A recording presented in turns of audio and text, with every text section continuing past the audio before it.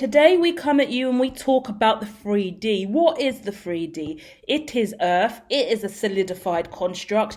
It is a whole. It is final form. Now, when we talk about final form, we're talking about a solidified construct that has reached its final form, the finale, the grand prize, yeah, the end of the race. The final halving, yeah? All of these ideologies stem from the idea of 3D. Now, why this is an important conversation, because over here, we talk about the dimensions of consciousness. We talk about energy. We talk about space-time. We talk about minds, matter, conversation, yin and yang, light and dark. Yeah, we talk about zodiac signs, what's out in the cosmos, different star signs, constellations. Yeah, we do. Hit the like, subscribe, tap in and stay if you like any of those topics. But most importantly, all of those topics are embedded into the one truest thing that we can embed them to, and that is the psyche. For you have a psyche, I have a psyche. We are all psychologically functioning in the now moment with our own unique neurocapacity.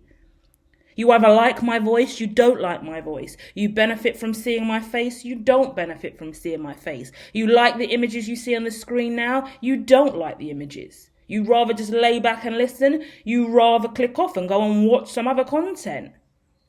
Perception, preference, all programmed and processed in the psyche through your neurological transmitters in order for you to transmit and make a decision.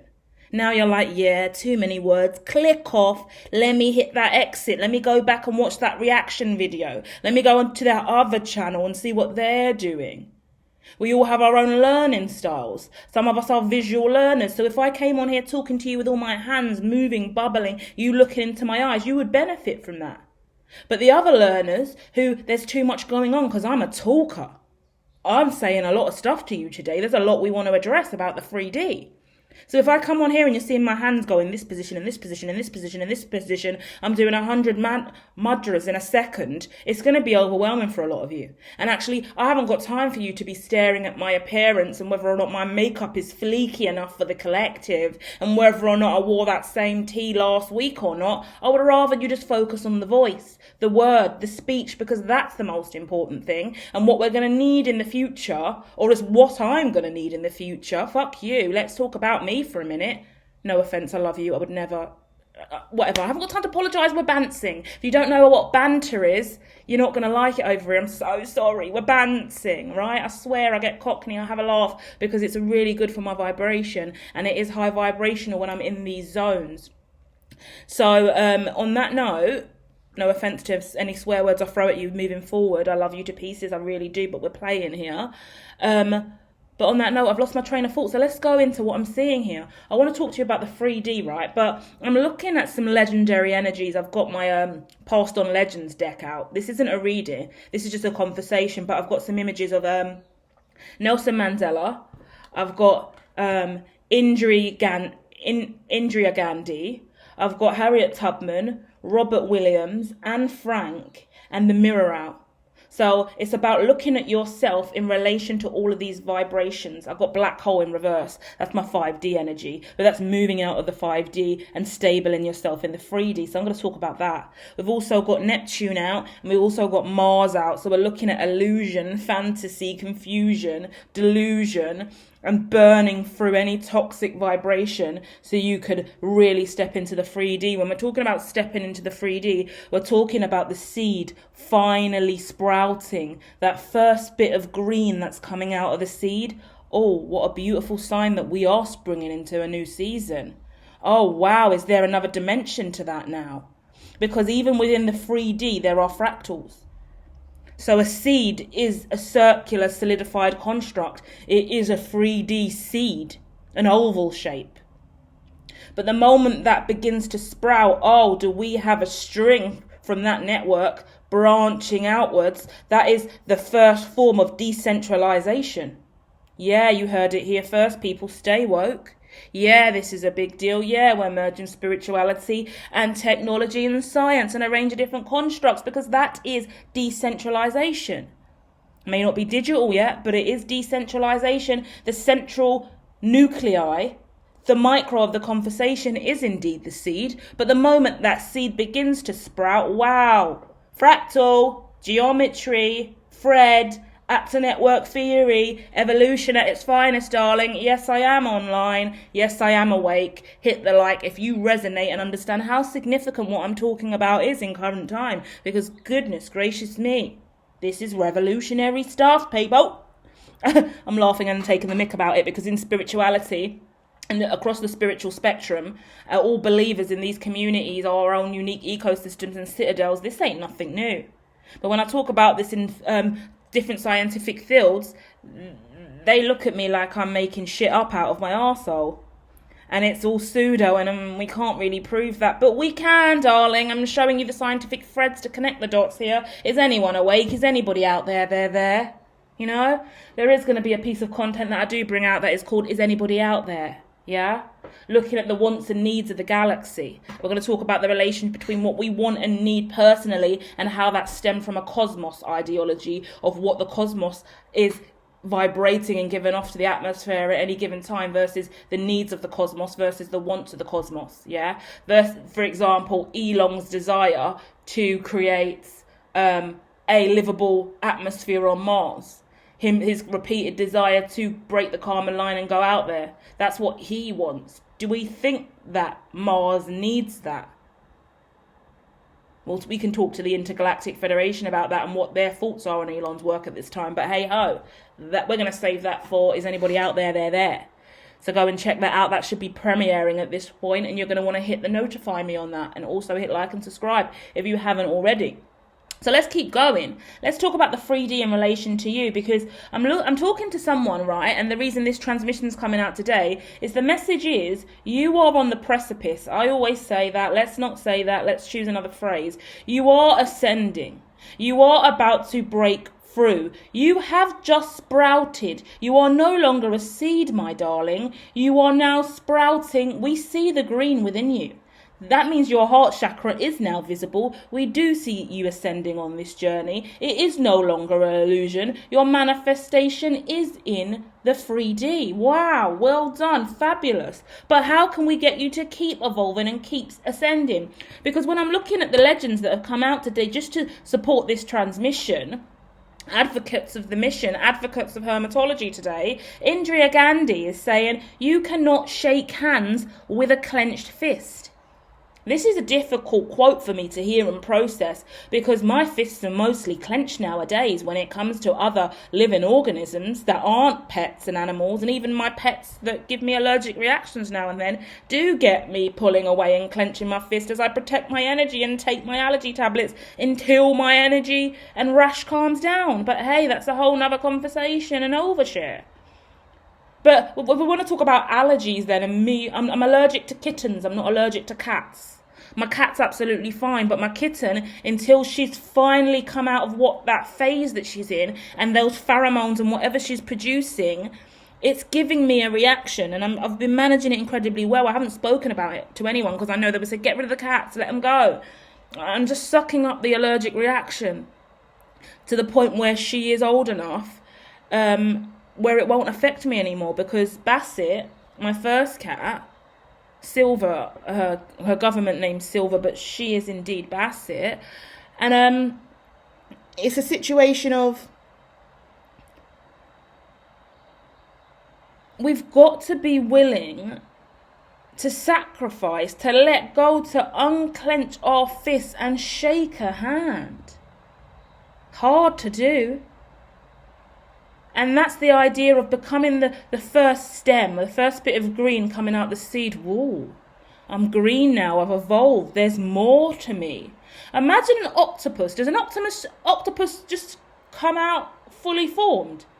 In the womb, it's going to have to go 1 tentacle, 2 tentacles, 3 tentacles, 4 tentacles. I think that's why octopus are so smart as creatures. Because, I mean, imagine the evolution of their growth even within the womb. Just think about, firstly, they've got that big blobbly head to get out. Then they've got 1 tentacle. That tentacle has how many suctions on it? How hypersensitive is an octopus? Goodness me, I think a lot of empaths must have been octopuses in a past life, because the sensitive, all of those suction cups all over those octopuses on per tentacle, and there's 8 of them. My giddy aunt, what a transformation. So it's those kind of ideologies, knowing that we all are uniquely octopuses, starting off just with the head, then getting that one tentacle, all the others coming, and then all those suctions, and then we're moving across the ocean, across space and time, day to day, walking along the streets, in and out of industries, shops, buying, selling, loving, connecting, dating, cooking, cleaning, all with those suction cups, picking up and sensing different variables and vibrations of energy in any given moment. And in those moments, we have to make decisions. Let's talk about Nelson Mandela then, because his quote is, "It always seems impossible until it's done." Okay, so I am an octopus, and I'm going to move around and navigate across this space in time, but I'm going to need to believe in myself, aren't I? I'm going to need to believe that it can be done, because it always seems impossible until it is done. Look at what Nelson Mandela went through, the years and years of incarceration. Look at that. He couldn't have or wouldn't have believed what the outcome would be for him after that. Probably couldn't believe what he was being accused of in the first place and what he had to go through. But he did. And in that note, I've seen so many more cases on the news just in this quarter alone. And we're not even through the first month of the quarter, where people are being released from prisons for crimes they committed for over 20 years. They're getting payouts of millions, just under $1 million I saw one, and another one I saw for over $1 million.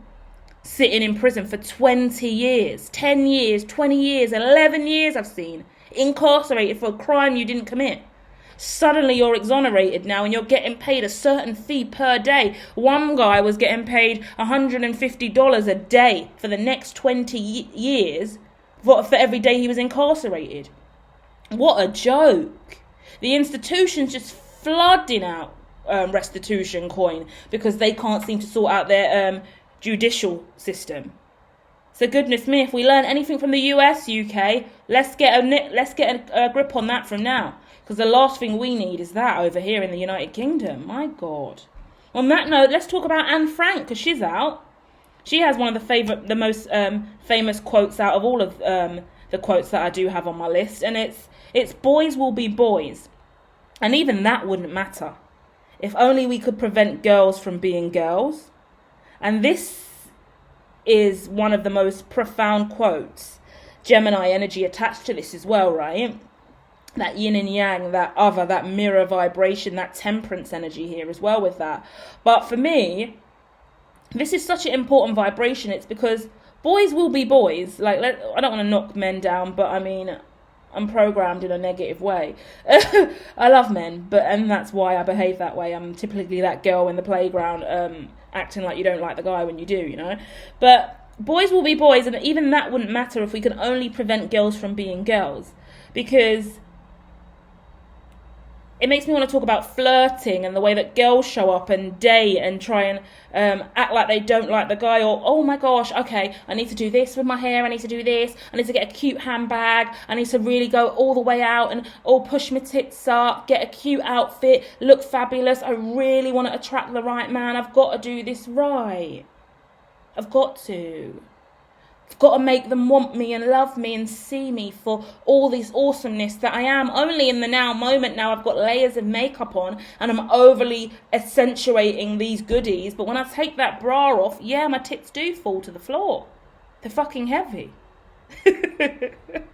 So, I mean, that's just one example of the 3D context of the conversation. But if we look at this from a psyche standpoint, we're talking about perceptions of the other. Stereotypes, gender labels, men do this, females do this, and boys are going to be boys, but that wouldn't even matter if we could prevent girls from conforming to the stereotype. Because a lot of females who scream feminism and want to stand up and act out, and I love that. I do love it. As much as I knock the ideologies of hairy armpits and legs, because that's the early stages of the movement of saying, do you know what, I'm going to break these chains and I'm not going to shave my legs. I don't want to. So my partner's going to have to suck it up. I'm not going to shave my face if I get hairy, because it's stereotypes are women don't have hairy.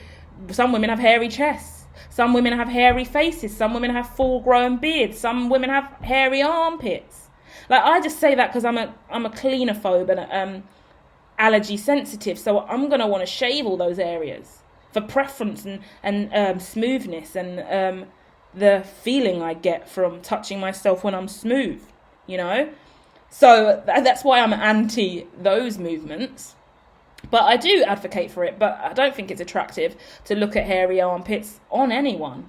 And I don't think it's best for hygiene. So that's my personal opinion. But the point is, breaking those barriers, if you're comfortable with it, is a cool thing to do. But that's the physicality of it.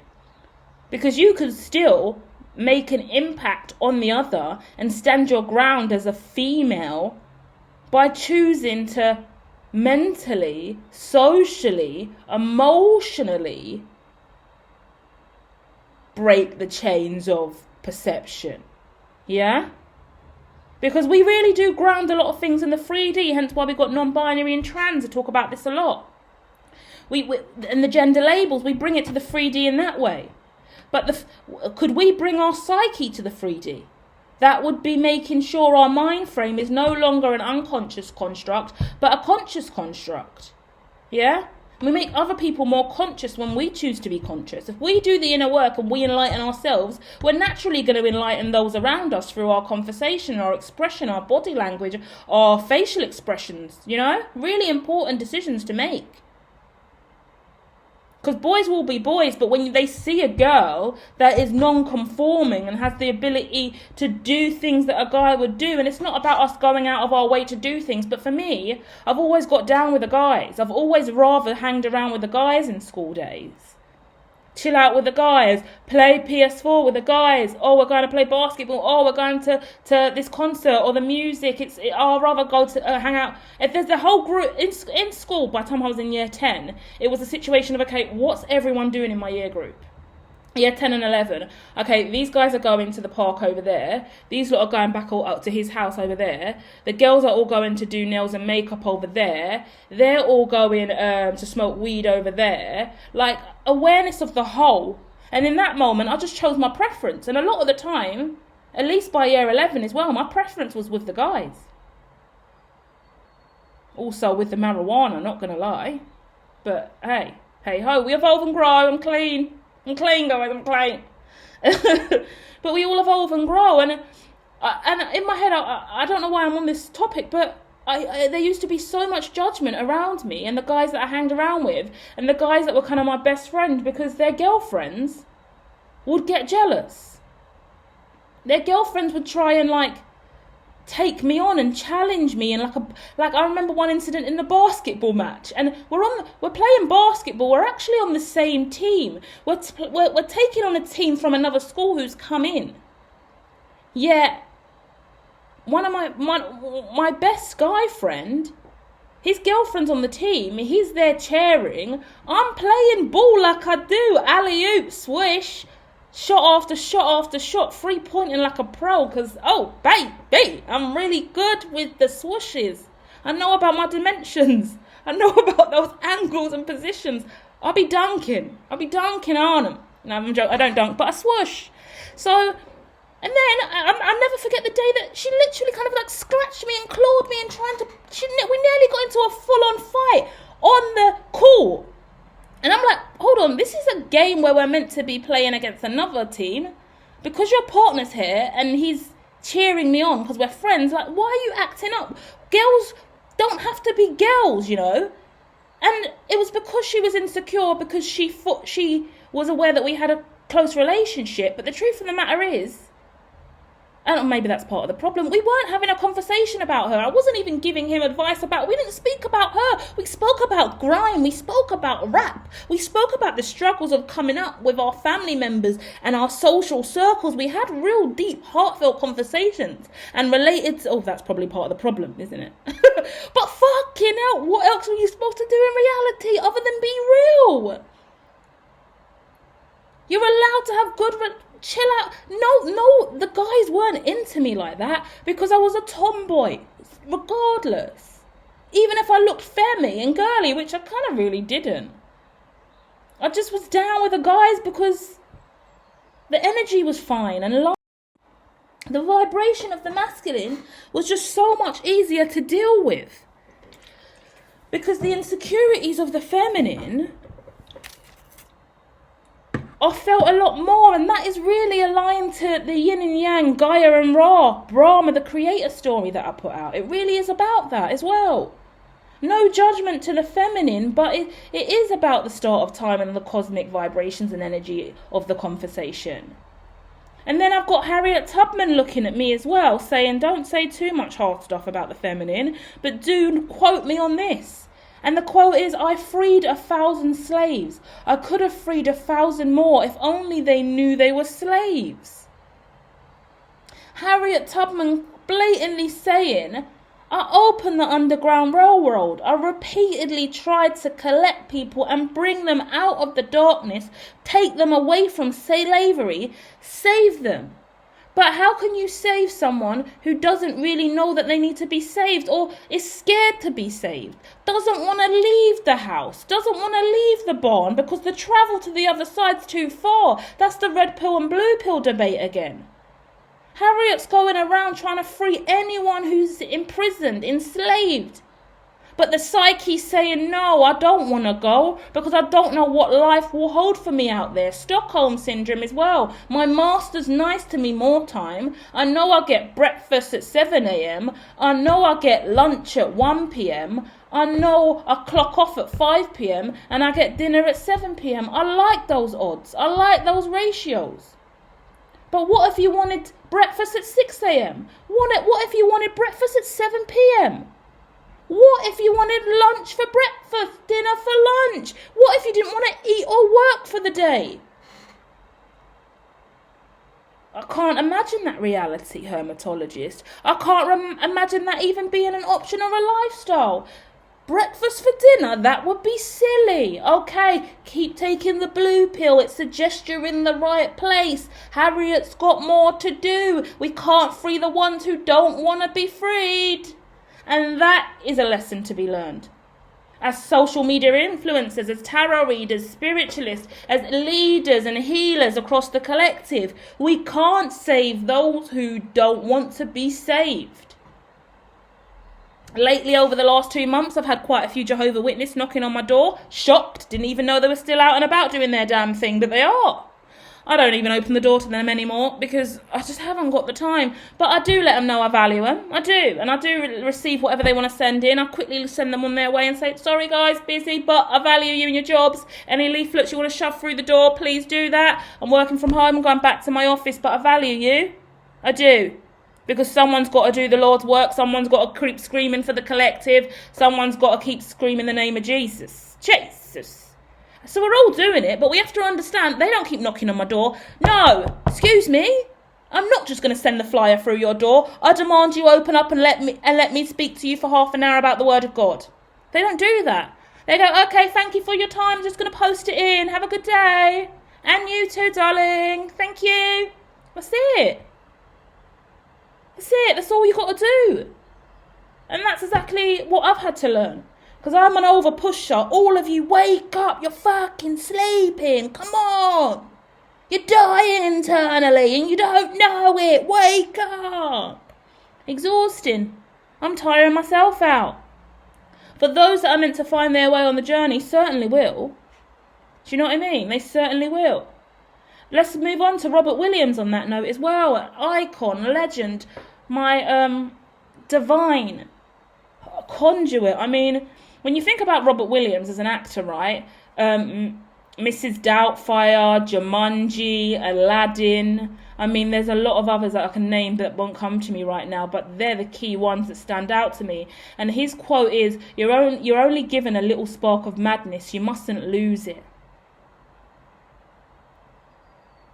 So profound when I think about him. So many places I want to go in the mind. And his life ended in a really sad way as well. Such a beautiful light worker, such a beautiful soul. Look at the characters he's taken on. He's an incredible conduit of energy, is Robert Williams, because he can channel and change persona immediately. Him in Mrs. Doubtfire, incredible. Him in Jumanji, incredible. Him as Aladdin, incredible. The voiceovers, the body language, the facial expression. I mean, it's funny about who I am and how I behave and all my characters and all my voices over here, because Robert Williams, childhood icon to me. Absolutely love Jim Carrey. Yeah, my favourites are actually ingrained in who I am today, because let's just say TV raised me, you know? So all the stuff you watch on TV, it kind of becomes your role modelling behaviours. So if you're questioning my voices and my desires to swear, then do understand they come from what I watch a lot. And that was my younger days, my adolescence, for all the swearing at the beginning of this, which I apologise for again, telling you all to fuck off. That stems from Jimmy Carr's dark humour, because in my teenage years, right, adolescence, 9 out of 10 Cats and all of those kind of shows, all I ever did was watch Jimmy Carr. Just watch his robotic energy and talking and his inappropriate jokes and his dark humour. I live for him. Just live for Jimmy Carr. Live for Ricky Gervais. And yeah, Keanu Reeves also, but that's for a whole other sci-fi reason. You know, so it's those kind of characters of what are the wacky quirks of your personality. I've been so scared, guys, for such a long time, right? To take all of my ideas in the psyche, all the stuff that I've brought to the conscious, because this is the story for today for the 3D. We all have unconscious stuff going on, and spiritualists, we work on it. We then bring it to the conscious. Once it's in the conscious, we see it in the third eye, but that's not the end of the realm. We then have to take the consciousness and bring it into a solidified whole in the 3D. That's how we truly manifest. That's the secret. That's the law of attraction. That's the true narrative and story here. The only way for that to really, truly happen is us owning it, speaking on it, believing it, being brave enough to have that conversation. And it's taken me years and years to pluck up the balls and grit and courage to go there in conversation, to swear. I've just told a whole bunch of my collective in the first 3 minutes of this to fuck off. So who on earth is watching this 40 minutes down the line? It's beyond me. I could have lost all my subscribers from doing that. Could have got cancelled from doing that. Could really hurt someone and offend someone's feelings for doing that. And do you get what I mean? So you stop yourself from doing stuff. But then you've got to look to advocates in the field. You've got to look to legends. That's why we got Indira Gandhi out today. And we've got Nelson Mandela and Harriet Tubman and Anne Frank and Robert Williams. That's why they're all out today. Because you've got to find someone, even if they're not in the physicals. Because the reason I'm confident like I am today and take risks that I do on my platform, talking about loads of predictions in financial and industrial arenas that could be really weighty and overwhelming for me and fuck with my career, if it's not done well enough, the things that allow me to do that is I had to get away from all the low vibrations that told me I was crazy, quirky, weird, wrong, that I should just sit back down and just be silent. Those that muted me, ignored me, made me made me just not believe in myself, made me suppress my true self. I had to look to these guys. If I didn't have these legends that I look up to as absolute icons and beacons of change and light workers in their own right, legends in their own right, who do all out there awkward, quirky things. I really want to speak on stuff. I know it's controversial. I'm scared about how to do it. Fuck me. I'm going to watch Ricky Gervais and Jimmy Carr for 2 weeks straight on repeat. I'm just going to run them. I'm going to listen and take in all of their rude, inappropriate jokes, their dark humour. They do it. They cross the line. They're fine. They get away with it. So let me just sit with them and feel safe with them as my collective and know that if they can do it, I can do it too. Loads of different voiceovers, loads of different impressions, loads of different facial expressions and body language. Robert Williams does it. Let me just sit down and embrace what Robert Williams' energy for a while. Watch some of his old school movies. Watch Jumanji. Chill out and engage with that, because he'll give me the courage and confidence to do that. Yeah? We've got to look to other people in our lifetime, whether they're here or passed on the other side, to inspire us and motivate us when we can't find that inspiration and motivation in the 3D. Because it is lonely on a spiritual journey. And it is scary to be rejected and ignored and belittled. And it's just, it's very suppressive at times in the 3D. When you don't fit in, or you don't feel like you fit in, or you feel like if anyone finds out about this or that about you, you're going to be judged, you're going to be cancelled. A lot of UK YouTubers always scared to do anything out of the norm. Oh, I'm going to get cancelled, cancel culture. I've actually went through my own cancel culture back a day in the first round of my experiment, and I bounced right back, because a real bitch can't be cancelled. If you're a real one, you can't be cancelled. If you're you and you're true, and you walk with integrity, and you really truly have wisdom and knowledge, cancel me where? Cancel me which part? Cancel me how? You couldn't cancel me. Even if you blocked me from every single social media platform on the grid, I'll just go and make my own. Hop on, call everyone over to me in my spaceship. Web3 is a real thing, motherfuckers. Digitalization, decentralization, one way or another, I'll get back on the grid. I'll make my own grid. This is a new world, you know? So I hope you can find your own story within that, and I hope that's a motivator for you to keep on going and to look to the beacons of light that you look up to. Who are your role models? Get at least 3. Get them on your vision board. Get them in your office. Cut their faces out. Oh, this is a bit much. Listen to this.